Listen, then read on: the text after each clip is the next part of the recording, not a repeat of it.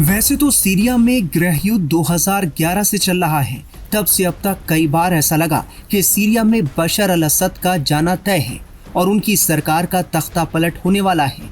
लेकिन कभी भी ऐसा नहीं हुआ कि असद की सरकार खतरे में आई हो। पिछले 1-2 हफ्तों में विद्रोहियों ने ऐसे हमले किए जो एक के बाद एक सीरियाई शहर अपने नाम करते हुए सीरिया की राजधानी दमिश्क की ओर बढ़ते गए। और अब दमिश्क के विद्रोहियों के घेर लेने के बीच खबर ये आई है कि 24 साल तक सीरिया के राष्ट्रपति रहे बशर अल असद परिवार समेत देश छोड़कर भाग गए हैं। वो अपने पिता का 29 साल का रिकॉर्ड नहीं तोड़ सके। आखिर ये बशर अल असद कौन है और सीरिया के विद्रोही उन्हें हटाना क्यों चाहते हैं, आइए जानते हैं। हमेशा ही शांत दिखाई देने वाले बशर अल असद का जन्म 11 सितंबर 1965 को सीरिया की राजधानी दमिश्क में हुआ था। वो अपने पिता अल असद हाफिज के दूसरी संतान थे। हाफिज ने सीरिया पर 29 साल तक शासन किया था। पिता हाफिज सीरिया अलावी समूह के नेता थे। हाफिज ने बाथ पार्टी पर शीर्ष पर पहुंचकर देश के राष्ट्रपति बनने में सफलता हासिल की थी। बशर अल असद के 5 भाई बहन में से 3 मर चुके हैं और बाकियों की तुलना में वो बचपन से ही शांत स्वभाव के थे, जिनकी राजनीति और सेना में रुचि नहीं थी। वो अपने बाकी भाई बहनों की तरह अपने पिता से ज्यादा मिल नहीं पाते थे। उन्होंने दमिश्क यूनिवर्सिटी से मेडिसिन में स्नातक की पढ़ाई की थी और सेना में डॉक्टर बन गए। इसके बाद वो लंदन में नेत्र रोग विशेषज्ञ भी बने थे। बताया जाता है कि बशर अल असद के पिता उनके बड़े भाई बासेल को भविष्य में सीरिया के राष्ट्रपति बनाना चाहते थे, लेकिन कार दुर्घटना में उनकी मौत के बाद सीरियाई सेना ने उन्हें लंदन से वापस सीरिया बुला लिया। इसके बाद बशर के पिता ने उन्हें असद वंश का वारिस बनाने का फैसला कर लिया और बशर अल असद को सीरिया के भावी राष्ट्रपति के तौर पर प्रोजेक्ट किया जाने लगा।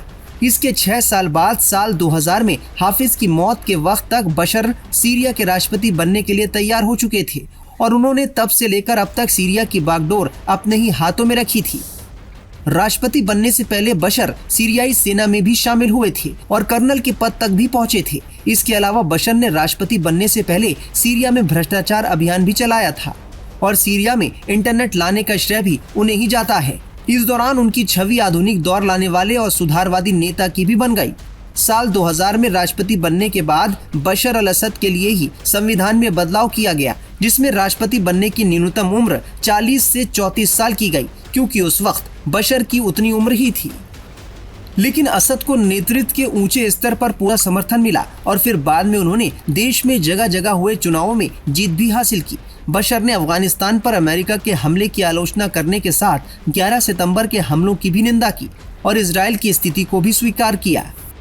2011 तक आते आते बशर का सीरिया में ही विरोध इतना बढ़ गया कि सेना को इसे कुचलना पड़ा और यहाँ से बशर की छवि एक निर्मम तानाशाह की बन गई और उनके विद्रोहियों की संख्या लगातार बढ़ती रही। सीरिया के गृह युद्ध की शुरुआत हो गई। इसके बाद बशर पर सीरिया के कई नेताओं पर अमेरिका ने प्रतिबंध लगा दिए। विद्रोह को बशर हमेशा ही विदेशी साजिश कहते रहे। इस बीच उनकी रूस और ईरान से नजदीकियां बढ़ती गईं। इसीलिए बशर अल असद का तख्ता पलट रूस और ईरान के लिए बड़ा झटका माना जा रहा है। सीरियाई सेना के कमांडर इन चीफ होने के बावजूद बशर कभी भी सेना की वर्दी में नहीं दिखे। वो हमेशा ही सूट में दिखते हैं। उन्होंने 2000 में ब्रिटिश नागरिक अज़मा अखराज से शादी की और उनके 2 बेटे और 1 बेटी हैं। फिलहाल असद का सीरिया पर 24 साल तक चला शासन अब खत्म हो चुका है।